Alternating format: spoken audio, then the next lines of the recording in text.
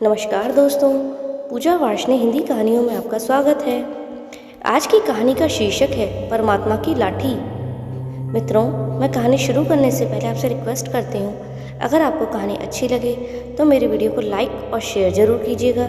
साथ ही चैनल को सब्सक्राइब कीजिएगा, जिससे कि आगे भी मैं आपको ऐसी कहानियाँ सुनाती रहूँ। तो चलिए कहानी शुरू करते हैं। एक साधु महाराज वर्षा के जल में प्रेम और मस्ती से भरे चले जा रहे थे। मस्ती में चलते चलते उन्होंने एक मिठाई की दुकान को देखा।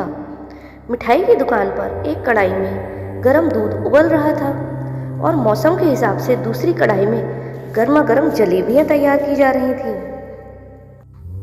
साधु बाबा को शायद भूख का एहसास हो रहा था या मौसम का असर था कि वह कुछ क्षणों के लिए वहां रुक गए। वह हलवाई की भट्टी को बहुत गौर से देखने लगे। साधु बाबा कुछ खाना चाहते थे, लेकिन साधु की जेब ही नहीं थी, तो पैसे भला कहाँ से होते। साधु बाबा कुछ पल भट्टी पर हाथ सेकने के बाद जाने लगे कि नेक दिल हलवाई से रहा नहीं गया। उसने एक प्याला गरम दूध और कुछ जलेबियां साधु बाबा को दे दी। साधु बाबा ने गरम गरम जलेबियां गरम दूध के साथ खाईं और फिर हाथों को ऊपर उठाकर हलवाई के लिए प्रार्थना की और फिर आगे चल दिए। साधु बाबा का पेट अब भर चुका था। दुनिया के दुखों से बेपरवाह वह फिर एक नए जोश से बारिश के गंदे पानी के छींटे उड़ाते चले जा रहे थे। वह इस बात से बेखबर थे कि एक युवा नवविवाहित जोड़ा भी वर्षा के जल से बचता बचाता उनके पीछे चला आ रहा है। एक बार इस मस्त साधु ने बारिश के गंदे पानी में जोर से लात मारी। बारिश का पानी उड़ता हुआ सीधे पीछे आने वाली युवती के कपड़ों को भिगो गया। उस औरत के कीमती कपड़े कीचड़ से लथपथ हो गए। उसके युवा पति से यह बिल्कुल भी बर्दाश्त नहीं हुआ, इसलिए वह आस्तीन चढ़ाकर आगे बढ़ा और साधु बाबा के कपड़ों को पकड़कर खींचकर कहने लगा, अंधा है क्या? तुझे दिखाई नहीं देता? तेरी हरकत की वजह से मेरी पत्नी के कपड़े गीले हो गए और कीचड़ से भर गए हैं। साधु बाबा हक्के बक्के खड़े थे, जबकि इस युवा को साधु बाबा का चुप रहना नाखुशगवार गुजर रहा था। महिला ने आगे बढ़कर युवक के हाथों से साधु बाबा को छुड़ाना भी चाहा, लेकिन युवक की आंखों में निकलती नफरत की चिंगारी देखकर वह भी पीछे की ओर खिसकने पर मजबूर हो गई। राह चलते राहगीर भी उदासीनता से यह सब दृश्य देख रहे थे, लेकिन युवा के गुस्से के आगे किसी की इतनी हिम्मत नहीं हुई कि उसे रोक पाते।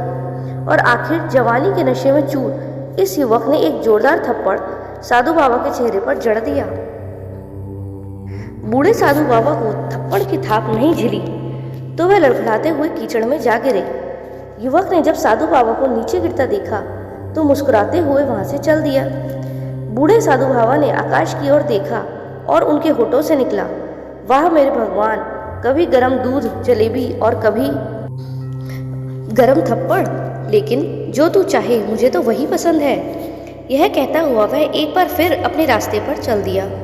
दूसरी ओर वह युवा जोड़ा अपनी मस्ती में ही अपनी मंजिल की ओर आगे बढ़ने लगा। थोड़ी दूर जाने के बाद वो एक मकान के सामने रुक गया। वह अपने घर पहुंच गया था। वो युवक अपनी जेब से चाबी निकालकर अपनी पत्नी से हंसी मजाक करते हुए ऊपर घर की सीढ़ियां तय कर रहा था। बारिश के कारण सीढ़ियों पर फिसलन हो गई थी। अचानक युवक का पैर फिसल गया और वह सीढ़ियों से नीचे गिरने लगा। महिला ने बहुत जोर से शोर मचाकर लोगों का ध्यान अपने पति की ओर आकर्षित किया, जिसकी वजह से काफी लोग तुरंत सहायता के लिए युवक की ओर लपके, लेकिन देर हो चुकी थी। युवक का सिर फट गया था और कुछ ही देर में ज्यादा खून बह जाने के कारण इस नौजवान युवक की मौत हो गई। कुछ लोगों ने दूर से आते हुए साधु बाबा को देखा तो आपस में कानाफूसी करने लगे कि निश्चित रूप से इस साधु बाबा ने थप्पड़ खाकर युवा को श्राप दे दिया है, अन्यथा ऐसे नौजवान युवक का सीढ़ियों से गिरकर मरना बड़े ही अचंभे की बात है। कुछ मनचले युवकों ने यह बात सुनकर साधु बाबा को घेर लिया।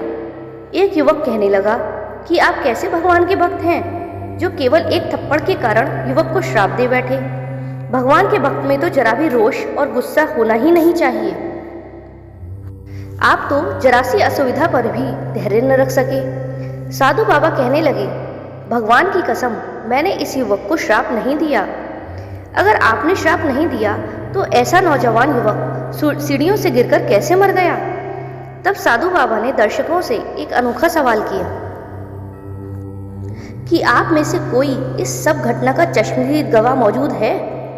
एक युवक ने आगे बढ़कर कहा, हाँ, मैं इस घटना का चश्मदीद गवाह हूँ। साधु ने अगला सवाल किया, मेरे कदमों से जो कीचड़ उछला था, क्या उसने युवा के कपड़ों को दागी किया था? युवक बोला, नहीं, लेकिन महिला के कपड़े जरूर खराब हो गए थे। तब साधु ने युवक की बाहों को थामते हुए पूछा कि फिर युवक ने मुझे क्यों मारा? युवक कहने लगा, क्योंकि वह युवक इस महिला का पति था और वह बर्दाश्त नहीं कर सका कि कोई उसकी पत्नी के कपड़ों को गंदा करे, इसलिए उस युवक ने आपको मारा। युवा की बात सुनकर साधु बाबा ने जोरदार ठहाका लगाया और फिर यह कहता हुआ वहां से विदा हो गया, तो भगवान की कसम, मैंने श्राप कभी किसी को नहीं दिया, लेकिन कोई है जो मुझसे प्रेम रखता है। अगर उसका यार यह सहन नहीं कर सका तो मेरे यार को कैसे बर्दाश्त होगा कि कोई मुझे मारे? और वो जो मेरा यार है ना, वो इतना शक्तिशाली है कि दुनिया का बड़े से बड़ा राजा भी उसकी लाठी से डरता है। सच है, उस परमात्मा की लाठी दिखाई नहीं देती और आवाज भी नहीं करती, लेकिन पड़ती है तो बहुत दर्द देती है। हमारे कर्म ही हमें उसकी लाठी से बचाते हैं, बस कर्म अच्छे होने चाहिए। साधु ने जोर का ठहाका लगाया और बोले कि मेरा भी कोई है जो मुझसे प्रेम करता है, उससे भी मेरी बेइज्जती बर्दाश्त नहीं हुई। मेरा प्रेमी है मेरा परमात्मा, जो अपने हर भक्त से बहुत प्रेम करता है। उसकी लाठी न तो दिखाई देती है और ना ही आवाज करती है, लेकिन पड़ती बहुत जोर से है। मुझे दुख है कि वह आदमी मर गया, लेकिन इसमें मेरा कोई कसूर नहीं था। तो मित्रों, कैसी लगी आपको कहानी? अगर अच्छी लगी हो तो इस कहानी को लाइक और शेयर जरूर कीजिए, साथ ही चैनल को सब्सक्राइब कीजिए। धन्यवाद।